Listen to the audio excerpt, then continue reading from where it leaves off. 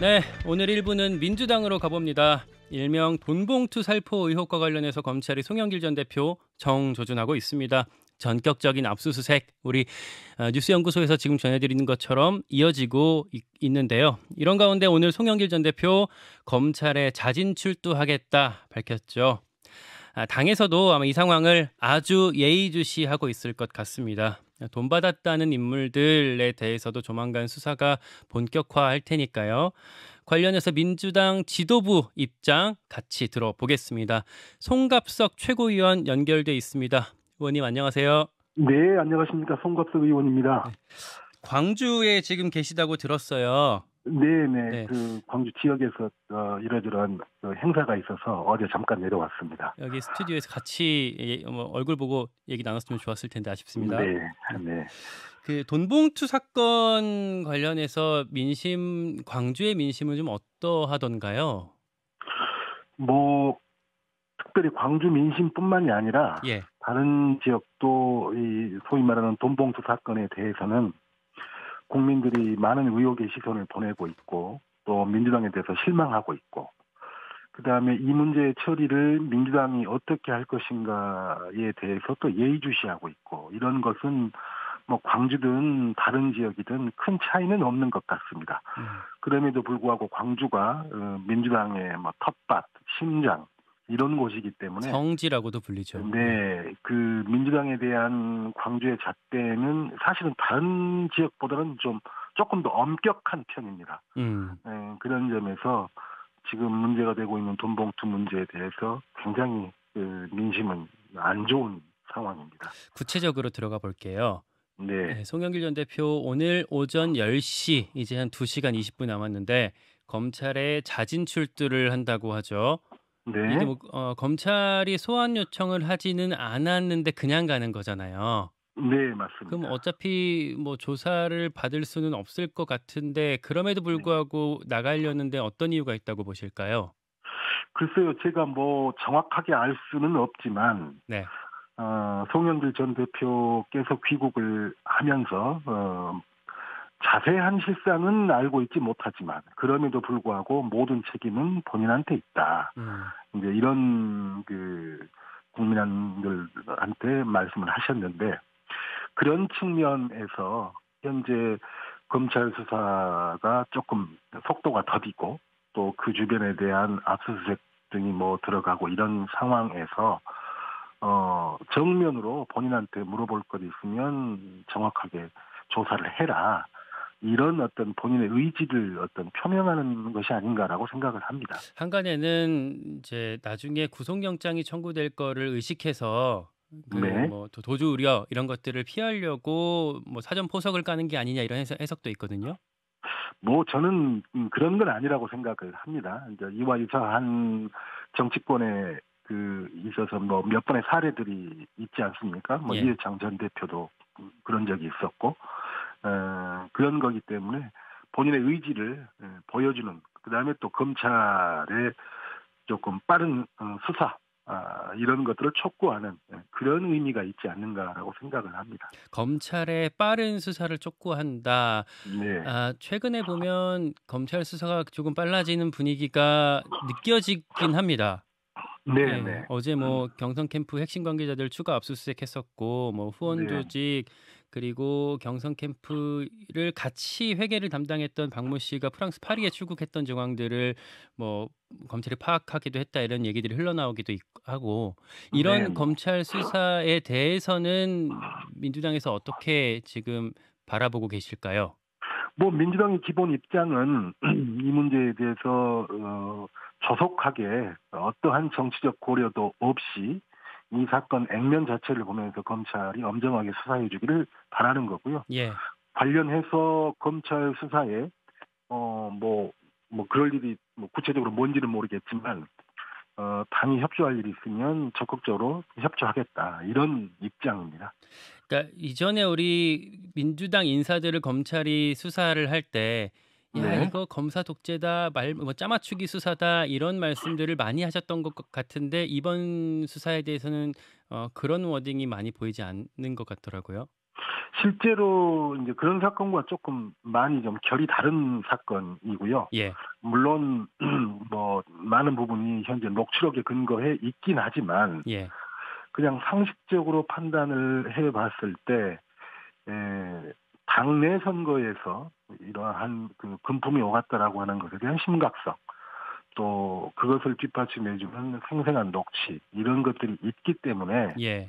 다른 사건의 대처하고는 다를 수밖에 없고요. 그럼에도 불구하고 그 뭐 언론을 통해서 먼저 녹취록들이 좀 풀어지고 이런 과정에 있어서 아쉬움은 있죠. 음. 검찰 수사의 구체적인 어떤 진행 방식이나 이런 점에 대한 아쉬움은 있는 거지만 그럼에도 불구하고 뭐 현재 정황상으로 봤을 때 어느 정도인지는 모르겠지만 우리 당의 전당대회에서 그런 일이 최소한 어느 정도는 벌어졌다라고 하는 것들은 상식적으로 예. 좀 인정할 만한 부분이 많기 때문에 음. 이 부분에 대해서는 뭐 검찰 수사의 뭐 방식이나 이런 것에 대한 소소한 문제를 제기하기 이전에 우리 당이 어쨌든 이 문제를 어떻게 처리하고 다시는 이런 일이 일어나지 않도록 해가는 것이 무엇보다도 중요하다라고 생각합니다.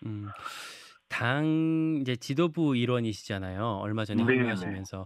아마 당에 돌아가는 현안에 대한 여러 논의들을 지도부 차원에서 계속해서 진행하게 하실 것 같아요. 뭐 네네. 일단 두 가지가 있을 텐데 송영길 전 대표 이 사건과 관련한 거 하나, 그리고 또 네. 하나 당이 이거를 우리가 어떻게 대응해야 할지 뭐 혹은 뭐 진상 조사를 하니 뭐 거취 문제가 있니 이런 것들 두 가지가 있을 텐데 뒤에 음, 거는 우리 어, 다시 좀 본격적으로 얘기를 해보기로 하고요. 네. 송영길 전 대표와 관련해서 지도부 차원의 어떤 논의가 있나요? 아닙니다. 송영길 전 대표 관련해서는 예, 저희 당에서 송영길 대표에게 조속한 귀국을 요청했고, 예, 그리고 귀국을 해서 워낙에 그때 당시에 경선 때 송영길 캠프에서 일어난 일이고 현재 당이 가지고 있는 정보는 뭐 거의 없다시피 하고 예. 이런 거기 때문에 송영길 대표가 조속히 귀국해서 그 사건의 진상 실체를 뭐 물론 그것도 한계가 있겠지만 파악할 수 있는 만큼 파악을 해서 국민들께 낱낱이 알리는 그런 것이 필요하겠다라고 송영길 대표에게 요청을 했었고 송영길 대표가 이제 그 요청을 받아들여서 들어와 있는 것 아니겠습니까? 네, 지금은 그래서 없다. 예. 그래서 이제 그런 점에서는 송영길 대표에게 사건의 정황을 조금 파악할 수 있는 시간을 좀 줘야 되는 이런 상황이 음, 아닌가라고 생각을 합니다. 혹시 송영길 전 대표 직접 만나보시진 않았나요, 이번에? 그러진 않았습니다. 안 만나보셨어요? 네네. 아니면 만났다라는 사람이 당의 다른 분들 중에 좀 들은 게 있으실까요? 뭐, 귀국하기 전에는 예.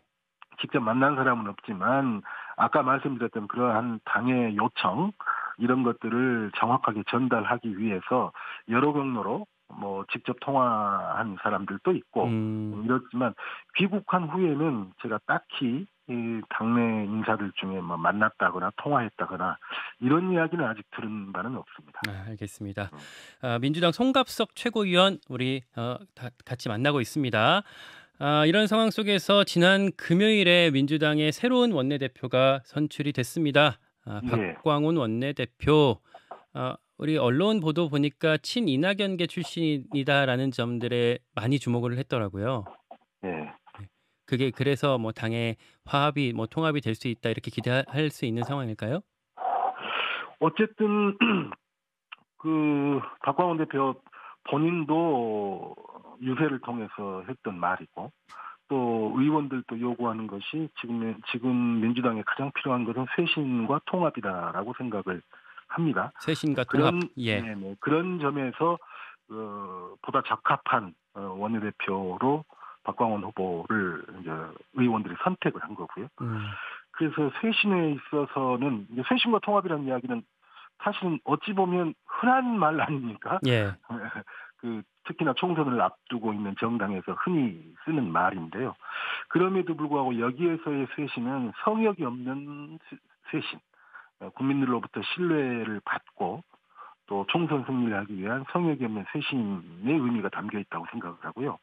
통합이라고 한다는 것은 소위 말해서 비명과 친명 이런 정도의 통합 이런 것을 이야기하는 것이 아니라 보다 확장적인 통합.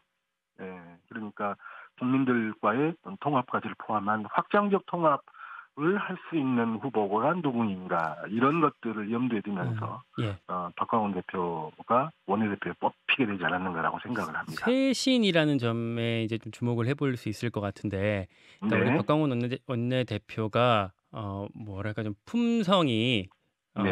우리 송갑석 의원님도 마찬가지시지만 막 이렇게 막 대차게 들이받는 스타일은 아니잖아요. 네. 그런 점에서 이렇게 쇄신을 얼마나 잘 지휘할 수 있을까 하는 의문이 당내 의원들 사이에서 따라붙더라고요. 네.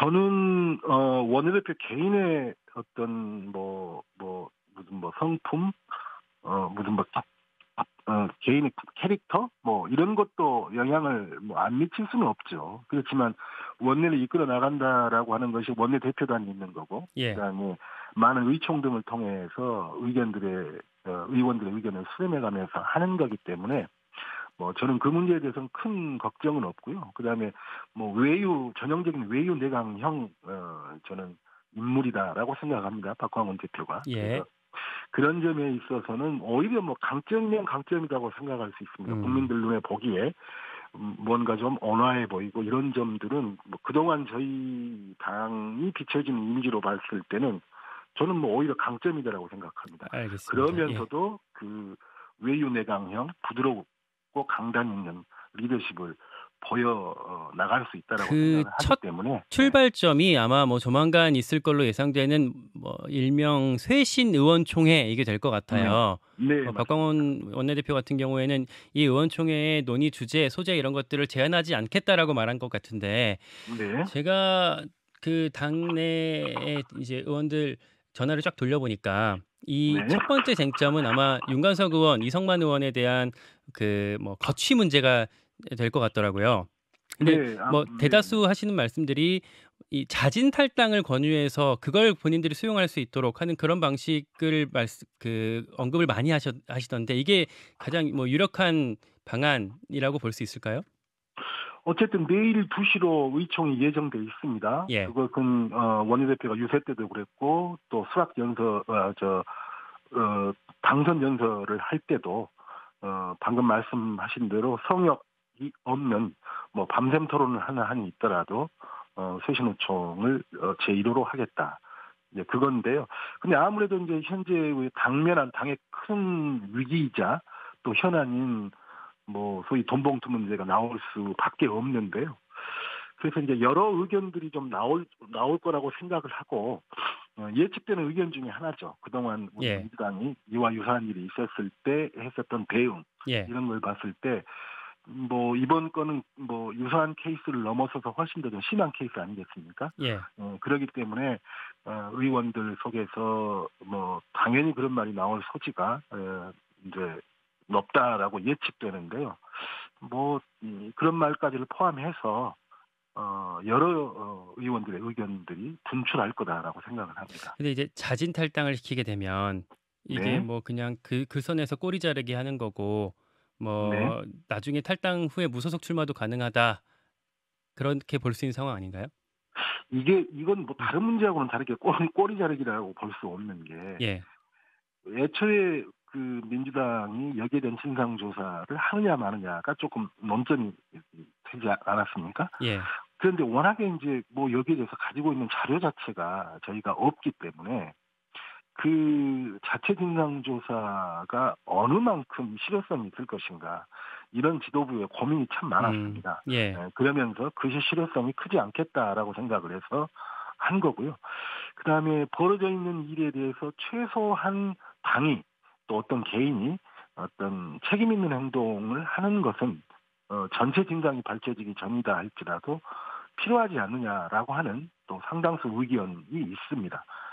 그래서 이제 그런 측면에서 자진 탈당 권유 이런 것들이 있을 수 있는 것이고요. 그러니까 윤리 심판원을 통한 어떤 징계, 출당 이건 지금 어려운 상황인 것 같군요. 아닙니다. 그것이 어렵다, 쉽다라기보다는 또 이제 그렇게 했을 경우에는 또 시간이 많이 또 경과하는 이런 문제도 있기 때문에 그리고 그 전에 예로 비추어 보면 그런 과정을 거치지 않고 뭐 지도부 차원에서 혹은 의원들의 총의를 모아서 자진 탈당을 뭐 권유한다거나 예. 뭐 이런 사례들이 있었기 때문에 굳이 이제 그렇게 시간이 오래 걸리는 것을 택하지 않고 이렇게 해야 되지 않느냐라고 하는 의견도 저는 충분히 있을 수 있다라고 생각합니다. 말씀 듣고 보니까 탈당 권유 쪽으로 아마 가지 않을까 하는 생각이 드는데 윤관석, 이성만 의원 같은 경우는 의원들 만나서 좀만 더 기다려달라 이렇게 말씀을 하고 다니시나 봐요. 아니죠. 이제 본인들 입장에서 당연히 사법적으로도 그렇고 여러 가지 상황에서 뭐 그런 이야기는 저는 충분히 할 수 있다라고 생각을 합니다. 그리고 또 그런 것까지를 포함을 해서 의원들이 또 법률적인 또 정무적인 이러한 판단을 하면서 내일 의총을 통해서 여러 가지 활발한 의견들이 나오리라고 생각을 합니다. 네, 알겠습니다. 시간이 좀 남았나요, 지금? 예, 한 가지만 짧게 여쭙겠습니다. 시간이 얼마 없는데 만약에 이렇게 탈당 권유를 하게 되면 그게 나중에 이재명 대표에 대한 체포영장이 다시 청구됐을 때 일관성을 뭐 유지하기 어렵지 않은지 답변을 좀 부탁드릴게요. 저는 그 문제는 그 문제고 이 문제는 이 문제다라고 생각을 합니다. 아까 생각했을 때 어떤 일의 그 사법적 일의 성격도 상당히 좀 다른 케이스이기 때문에 이것을 같은 케이스로 묶어서 동일하게 적용하기는 힘들다라고 생각을 합니다. 물론 이제 그러기 때문에 뭐 당연히 뭐 예측되는 미래에 어떤 것이 오면 당연히 이렇게 뭐 선택할 거다 뭐 이렇게 미리 생각하지는 않지만 현재 사건의 성격은 다르다라고 생각합니다. 여기까지 듣겠습니다. 민주당 지도부 입장 확인했고요. 최고위원 송갑석 의원이었습니다. 고맙습니다. 네, 고맙습니다. 김현정의 뉴스쇼는 시청자 여러분의 참여를 기다립니다. 구독과 좋아요, 댓글 잊지 않으셨죠?